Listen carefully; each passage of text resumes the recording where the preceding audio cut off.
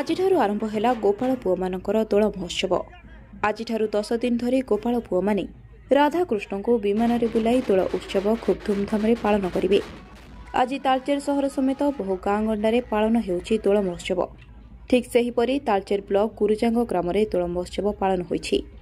ରାଧାକୃଷ୍ଣଙ୍କୁ ବିମାନରେ ଧରି ଗୋପାଳ ପୁଅଙ୍କ ଲଉଡ଼ି ଖେଳ ସାଙ୍ଗକୁ ବିଭିନ୍ନ ପାରମ୍ପରିକ ଲୋକକଳା ସହିତ ଧୁମ୍ଧାମରେ ପାଳନ ହୋଇଛି ଏହି ଦୋଳ ପର୍ବ।